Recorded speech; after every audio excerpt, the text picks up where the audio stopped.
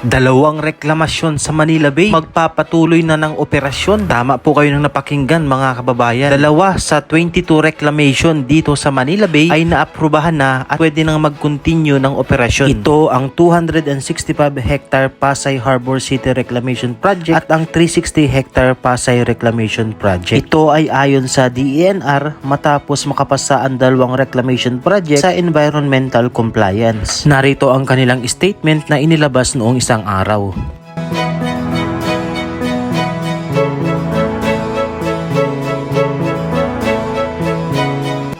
Good day mga kababayan, panibagong araw, panibagong update dito sa ginagawang reklamasyon sa Manila Bay. Magandang araw po sa inyong lahat at naway nasa mabuti tayong kalagayan. At ito na nga po, lumabas na.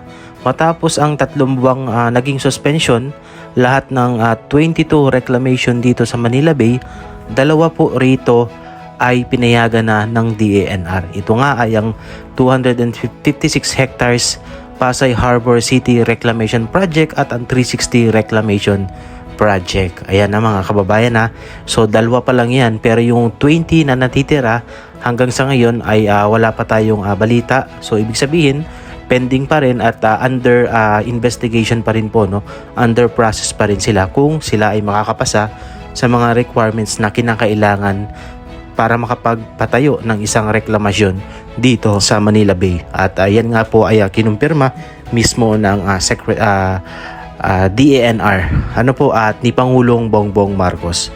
So mababasa nyo naman yan dun sa pinost nila ng City Pasay government, no? At doon makikita ninyo na si Pangulong Bongbong Marcos din ang nagsabi na pwede nang mag-continue at hindi rin po ito makakapag-cause ng pagbaha dito sa Metro Manila. Yun ang sinigurado din po nila. And at the same time, suportado to ng City of Pasay dahil napakaraming trabaho ang mabibigyan ito, no, in the future. No? Sa ngayon pa nga lang ginagawa na to ay marami ng trabaho ang nabibigyan.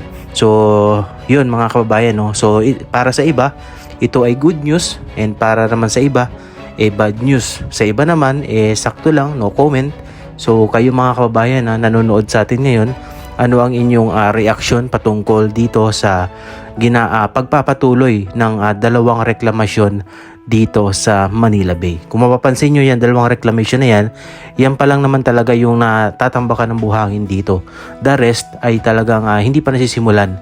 Maliban doon sa isa sa may part ng Maynila, no, yung sinasabi na waterfront Manila. So yun, nag-start na rin silang mag-dredging doon, pero sa ngayon ay suspended pa rin sila at walang operasyong nangyayari. Pero makikita natin dito, no, so hindi pa nagsisimula, no, kahit na merong hudyat yung DENR at si Pangulong Bongbong Marcos na magsimula na, wala pa tayong nakikitang mga nagtatrabaho rito sa bahagi na to ng 360 Reclamation Project ng Pasay. So ito yung sinasabi na kadugsong daw ng Mall of Asia, no? Alright, so yun ang pinakang latest natin na balita dito mga kababayan. And I hope na sana ay talagang ito ay makatulong para sa ating mga kababayan makapagbigay ng maraming trabaho. Para sa akin ay maayos din to kasi ngayon nga makapagbigay ng trabaho and at the same time sa economy ng ating bansa. Okay? So hindi naman po ito makaka-apekto sa mga environment natin kasi nga nakapasa na sa DENR. Ibig sabihin talaga nag-comply sila at yung requirements ay pasok, no, na walang maapektuhan na kahit sino man. Bagkus magdudulot pa ng trabaho at ng paglago ng ekonomiya ng Pasay at sa buong Pilipinas rin po yan, no? Okay, so and para din naman sa akin, syempre, dahil sa sobrang dami na rin ng populasyon dito sa Metro Manila, so kinakailangan din na magpatayo ng mga ganitong klase, no, ng mga establishmento or ng ganitong reclamation. Okay? So yun lang po ng mga kababayan at maraming salamat sa pagsubaybay. See you sa sunod na update natin dito. Thank you po and God bless.